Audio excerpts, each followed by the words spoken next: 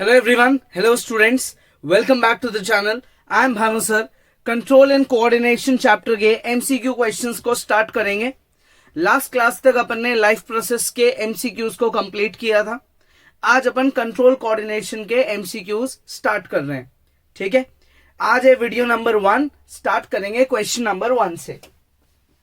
Choose the incorrect statement about insulin. Insulin जो pancreas बनाता है, जिसका काम होता है शुगर लेवल को कंट्रोल करना. ठीक है, अगर ये बात आपको पता है तो आप इजीली करेक्ट और इनकरेक्ट ऑप्शन चूज कर सकते हो. ठीक है, तो देखो, it is produce from pancreas. It regulates growth and development. बिल्कुल गलत. It regulates blood sugar level. ठीक है. Insufficient secretion of insulin will cause diabetes. ये सही है, ये सही है और फर्स्ट वाला भी सही है. इनकरेक्ट स्टेटमेंट कौन सा है? It regulates growth and development. Next, upon receiving a signal the dendrite tip of a nerve cell sets off a chemical reaction. जो डेंड्राइट टिप होती है, ये आगे का पार्ट होता है, इसको बोलते हैं सेल बॉडी. इससे ऐसी ब्रांचेस निकलती है, इन ब्रांचेस को बोलते हैं डेंड्राइट्स. और इस तरीके के एक लॉन्ग एक्सन से निकलता है एक्सन टर्मिनल. ये एक न्यूरॉन का स्ट्रक्चर होता है. तो जो डेंड्राइट टिप है ना, वो क्या करता है? केमिकल रिएक्शन को इंडिकेट करता है. केमिकल इंपल्स को इलेक्ट्रिकल इंपल्स में ट्रैवल करता है, और वो केमिकल इंपल्स जो है वो सेल बॉडी की मदद से एक्सन में ट्रैवल करता है और टर्मिनल में जाता है. तो चेक करते हैं कौन सा सही है. Creates an electrical impulse in the dendrite, creates an electrical impulse in the next neuron, release some chemicals in cell body, creates a stimulus. Obviously correct option है A. Chemical reaction लेगा और dendrite उसको क्या बनाएगा? Electrical बनाएगा. किसके अंदर? Dendrite में ही बनाएगा, और वो इलेक्ट्रिकल बन के आगे ट्रैवल होगा. केमिकल इंपल्स मिलेगा, वो इलेक्ट्रिकल इंपल्स में कन्वर्ट होगा, और फिर इलेक्ट्रिकल इंपल्स यहां से ट्रैवल करता हुआ यहां तक जाएगा. एक्शन में जाके इलेक्ट्रिकल इंपल्स वापस किस में कन्वर्ट होगा? केमिकल इंपल्स में, और फिर अगले न्यूरॉन में जाएगा. Which is the correct sequence of the components of reflex arc. Reflex arc एक पाथवे होता है जो रिफ्लेक्स एक्शन को रिप्रेजेंट करता है. तो सबसे पहले रिसेप्टर्स होते हैं, वो स्टिमुलस को डिटेक्ट करते हैं, उसके अकॉर्डिंग एक इंपल्स डेवलप करते हैं. फिर सेंसरी न्यूरॉन्स जो है उसको ब्रेन या स्पाइनल कॉर्ड तक लेके जाते हैं. रिफ्लेक्स की बात आ रही है तो स्पाइनल कॉर्ड को ही देंगे. स्पाइनल कॉर्ड को देते हैं, वहां पे न्यूरॉन्स उसके अंदर के काम करते हैं. मोटर न्यूरॉन्स सिग्नल को वापस लाते हैं और इफेक्टर्स यानी कि मसल्स को देते हैं. तो रिसेप्टर्स ने क्या किया? रिसेप्टर्स ने, देखो ये गलत हो गया, ये गलत हो गया, ये सही है ना. रिसेप्टर्स, सॉरी ये भी गलत हो गया, ये सही है. रिसेप्टर्स से सेंसरी न्यूरॉन गया, वहां से स्पाइनल कॉर्ड गया, वहां से मोटर न्यूरॉन से वापस आया और मसल में आया और हमने एक्शन परफॉर्म करा. So correct option is option D.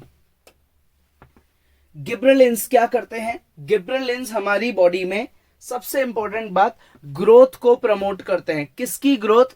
ये ऑक्सिन्स के बाद आपने पढ़ा था. ऑक्सिन्स, गिब्रेलिन्स, साइटोकिनिन्स, एबिस्कस एसिड और इथीन, ये 5 हार्मोन्स होते हैं प्लांट बॉडी के जो हमारे कोर्स में थे. इसमें गिब्रेलिन्स ऑक्सिन्स की तरह ग्रोथ एंड डेवलपमेंट को कंट्रोल करते हैं, और गिब्रेलिन्स मेनली किसकी ग्रोथ में इन्वॉल्व होते हैं? स्टेम की. थ्योरी कंसेप्ट स्ट्रांग है तो ही बायोलॉजी के एमसीक्यू क्वेश्चंस अटेम्प्ट हो सकते हैं. There is no other option, है ना. देखो आगे बढ़े, फटाफट आगे बढ़ते हैं. द डायरेक्शनल मूवमेंट और orientation of part of plant in response to light. Directional movement यानी कि ट्रॉपिक मूवमेंट, क्योंकि डायरेक्शनल मूवमेंट ट्रॉपिक मूवमेंट ही होता है इन रिस्पॉन्स टू लाइट. तो ये है हमारा फोटोट्रॉपिज्म. क्या है? Phototropism. Dramatic changes of body features associated with puberty are mainly because of the secretion of. ये टॉपिक आ गया किसका? हमारे control and coordination and animals का. जब टॉपिक चालू होता है तो उसमें एक बहुत बड़ा सा टॉपिक है endocrine system, that is group of endocrine glands. उसमें आपका मेल और फीमेल सेक्स हार्मोन का एक ग्लैंड है, मेल के लिए होता है टेस्टिस, फीमेल के लिए होता है ओवरीज। टेस्टिस में प्रेजेंट होता है टेस्टोस्टेरोन और ओवरीज में प्रेजेंट होता है एस्ट्रोजन एंड प्रोजेस्टेरोन। ठीक है ना। तो अब हमको ये बात याद रहनी चाहिए कि जो टेस्टिस है उसमें तो टेस्टोस्टेरोन है और एस्ट्रोजन किस में है, ओवरी में। करेक्ट ऑप्शन क्या है, सी। फिर से वही बात, थ्योरी याद है तो ऑप्शन मिलेगा। डार्फिज्म यानी कि हाइट बहुत ज्यादा ही छोटी रह जाना, it is cause due to deficiency of growth hormone. ठीक है, it is cause due to deficiency of growth hormone.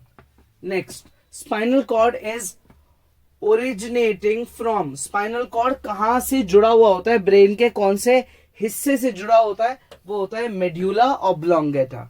ठीक है। Next, diabetes mellitus is cause due to deficiency of insulin. Diabetes क्यों होती है एक इंसान को, जब शुगर लेवल बढ़ जाता है, और शुगर लेवल को कंट्रोल कौन करता है, इंसुलिन। ठीक है। Which of the following statements is correct about receptors? हमें रिसेप्टर्स का करेक्ट स्टेटमेंट के बारे में बात करनी है। गस्टेटरी रिसेप्टर्स डिटेक्ट टेस्ट, सही है। ऑल्फैक्टरी रिसेप्टर्स डिटेक्ट स्मेल, बिल्कुल सही है, पहला स्टेटमेंट ही। आगे पढ़ते हैं। गस्टेटरी ऑल्फैक्टरी डिटेक्ट स्मेल, ये गलत है। गस्टेटरी दोनों ही स्मेल थोड़ी करेंगे। ऑडिटरी रिसेप्टर्स डिटेक्ट स्मेल, ये भी गलत है।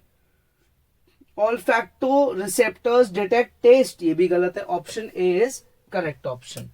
Next, what is the correct direction of the flow of electrical impulse? देखो, डेंड्राइट से सेल बॉडी, से एक्सन, एक्सन से एक्सन टर्मिनल, से अगला न्यूरॉन, अगले न्यूरॉन का वापस से डेंड्राइट आ जाता है। ये करेक्ट सीक्वेंस है। ठीक है ना। तो डेंड्राइट होती है हेड और एक्सन टर्मिनल होता है टेल। तो मुझे वो सीक्वेंस देखना है। देखो, डेंड्राइट से ये तो उल्टे एरो जा रहे हैं, है ना, ये तो उल्टे एरो जा रहे हैं ना। डेंड्राइट से सिग्नल जाना चाहिए एक्सन की तरफ, ये उल्टा एरो है। ठीक है। आगे ये दो डेंड्राइट आपस में जुड़ गए, यहां ये गलत है, ये सही है क्या?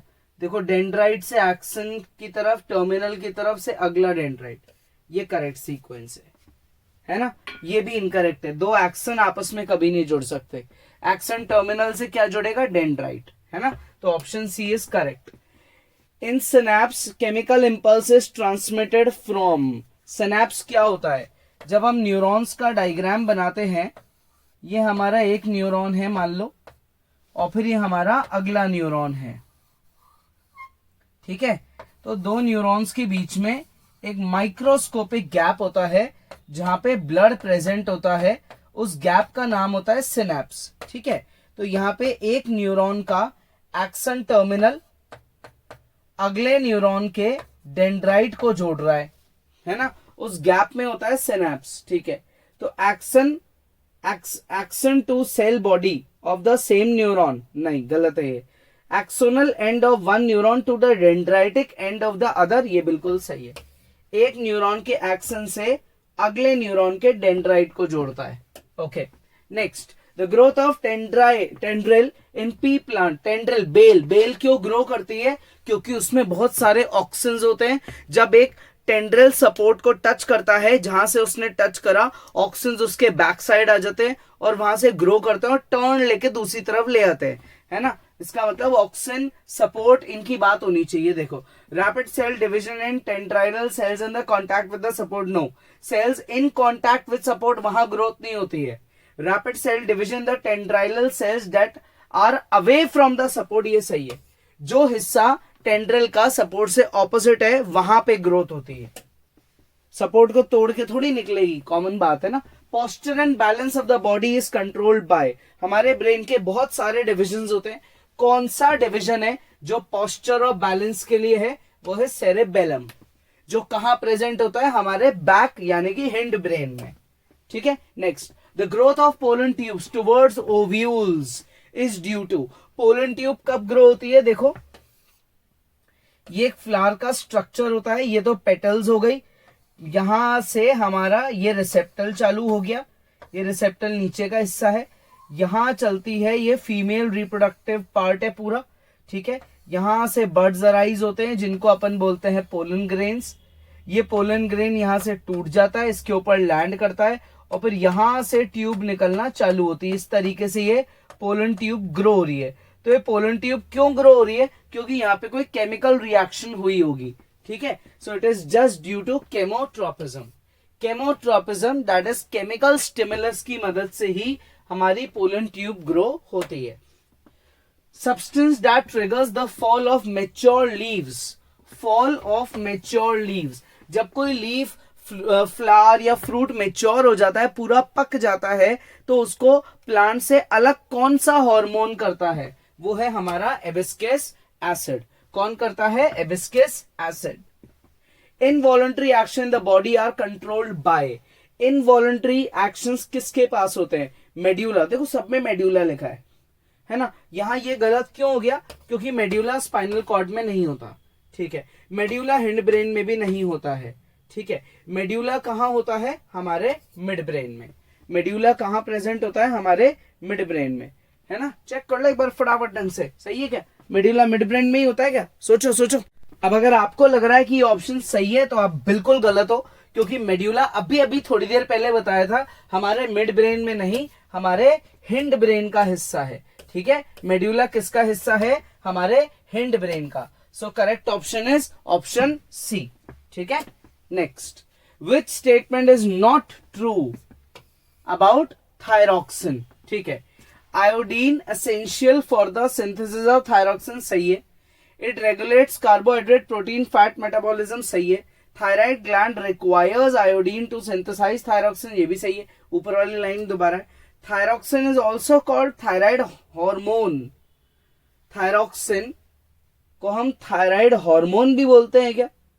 थायराइड तो ग्लैंड का नाम है, थायराइड तो ग्लैंड का नाम है, थायराइड हार्मोन तो कुछ होता ही नहीं है। इसका मतलब ये इनकरेक्ट ऑप्शन है, ये फॉल्स स्टेटमेंट है, बाकी सब सही लिखे हुए हैं।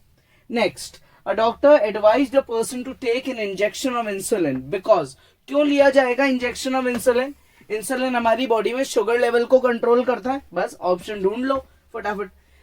His sugar level in the blood was high. Sugar level बहुत हाई था, इसलिए इंसुलिन का इंजेक्शन दिया जाएगा। Hormone which increases the fertility in males. Males का सेक्स हार्मोन कौन सा है? टेस्टोस्टेरोन, ठीक है।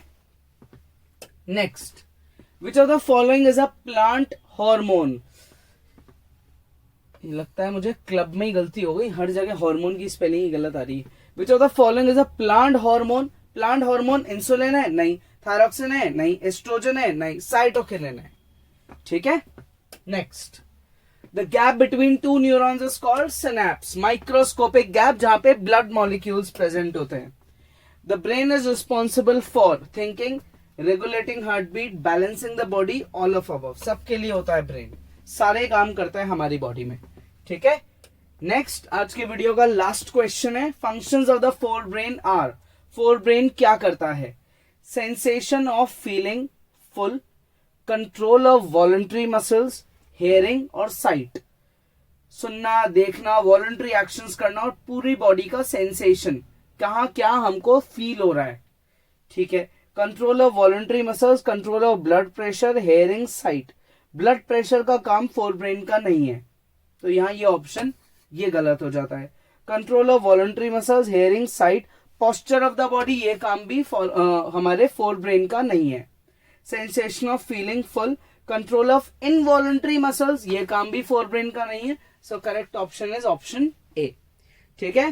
क्लियर? यहां तक बायोलॉजी के एमसीक्यूज बहुत ज्यादा इजी होते हैं अगर आपका थ्योरी पे कमांड अच्छा है तो।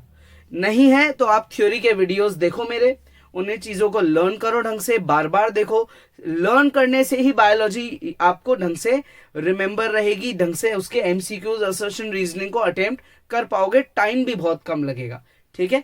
तो आज के वीडियो में इतना ही। कोई डाउट है आप वीडियो दोबारा देखो, नेक्स्ट क्लास में आगे पढ़ेंगे।